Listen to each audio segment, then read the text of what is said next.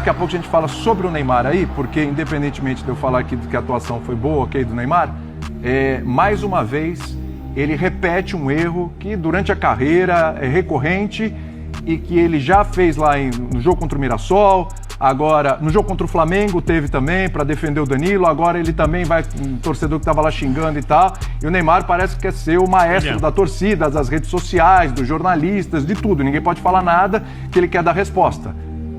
Menos. Ontem tivemos rodada do Brasileirão e a equipe do Santos recebeu o Internacional na Vila Belmiro e acabou perdendo a partida por 2-1. Logo após a partida, um fato chamou a atenção de todos, pois o Neymar foi discutir com o torcedor.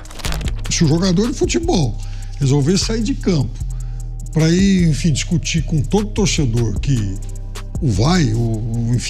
faça alguma crítica, ele não vai fazer mais nada na vida também, né? Então, enfim, esquece isso e segue a vida. Isso aí tá na hora do Neymar crescer, né?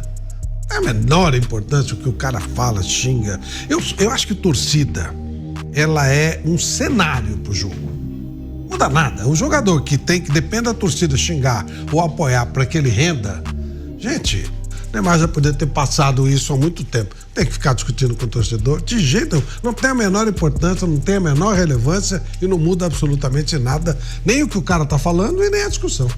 Pelas redes sociais, o torcedor envolvido na discussão com o Neymar falou o seguinte: boa noite, da Fantantista. Boa noite não, bom dia, né? Acabei de chegar aqui na minha casa, né? Fui meio chateado. Em primeiro lugar aqui eu queria pedir desculpa para todos os torcedores do Santos, que estavam lá presentes, assistiram pela televisão. Hoje eu me exaltei um pouco, o time do Santos está deixando muito a desejar. Eu cobrei do Neymar, fui um pouco ríspido, não tem como pedir por favor para ele. Usei algumas palavras de baixo calão, ele também me xingou com palavras de baixo calão, mas é só na caloria do jogo ali no momento. Não vou desistir do meu time. Queria pedir desculpa para todos, para todo o elenco do Santos, mas também quero cobrar um pouco mais de boa vontade, um pouco mais de raça, porque vocês, jogadores, ficaram 30 dias treinando.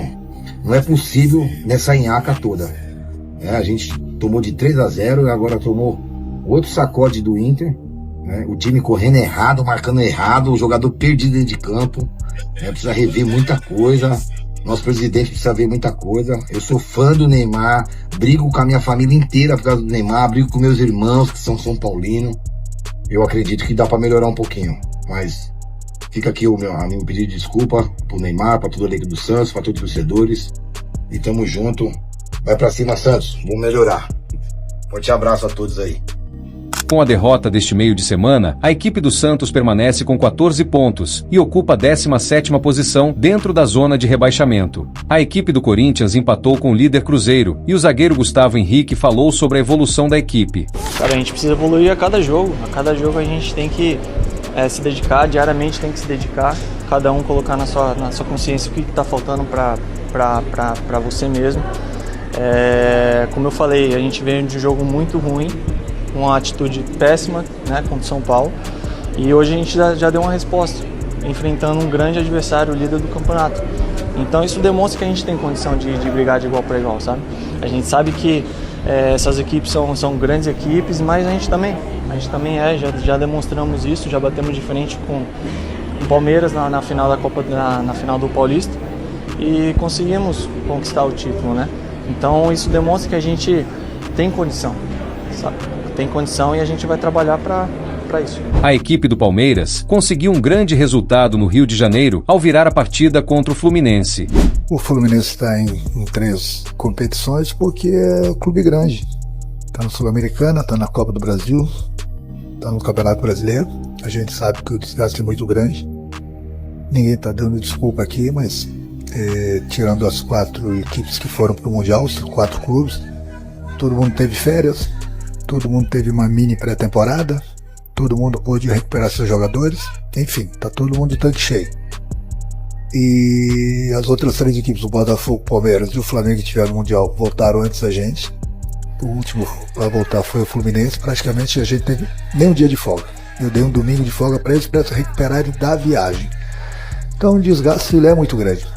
Por isso que muitas vezes eu mudo a equipe justamente por isso, porque ninguém aguenta a cada 3 dias entrar em campo e ter que correr o tempo todo. Olha, a torcida do Fluminense que me perdoou, eu não, é só uma opinião pessoal. Eu fico muito triste, desiludido e muito reflexivo, porque o Fluminense foi a equipa que melhor representou o futebol brasileiro no Mundial. Vou voltar a repetir, o Fluminense foi a equipa que melhor representou o futebol brasileiro no Mundial. Foi recebida pelos seus torcedores quando chegou no aeroporto. E fico muito triste. Independentemente de nós termos ganho, porque também podíamos, o jogo é o que é, e ver a torcida toda a assobiar e estes jogadores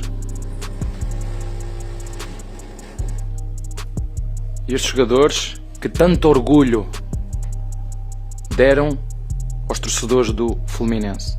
Já para não falar que perderam o seu melhor jogador. E isto deixa-me triste. O torcedor tem uma função, é apoiar. A maior função de um torcedor é apoiar. Ainda para mais uma equipa que teve a representação que teve no Mundial. Eu não sou advogado de defesa de ninguém. Se fosse no Palmeiras eu ia dizer a mesma coisa. A equipe do Flamengo buscou os 3 pontos contra o Bragantino, mesmo com 8 desfalques e mesmo saindo atrás do placar. Hoje, de novo, Flamengo com 8 desfalques, não dá para tirar isso da conta, né? Até desse primeiro tempo mais engessado com a bola, mas eu enxergo o lado positivo de uma equipe que soube reagir no segundo tempo, conquistar uma vitória importante e novamente de uma maneira em que o treinador participa ativamente da vitória. O Flamengo conquista mais 3 pontos com o Filipe Luís sendo protagonista, mesmo depois do desgaste desse episódio com o Pedro.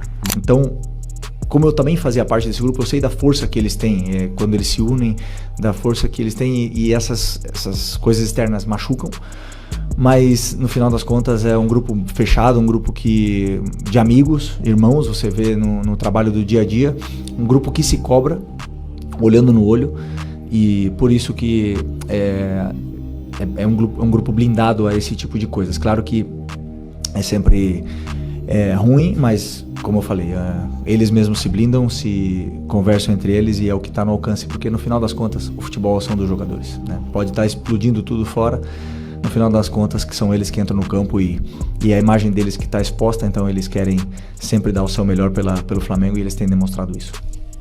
Para completar a rodada, tivemos a vitória do Mirassol fora de casa, contra o Ceará, e o empate emocionante entre Vitória e Sport, com gols nos minutos finais da partida.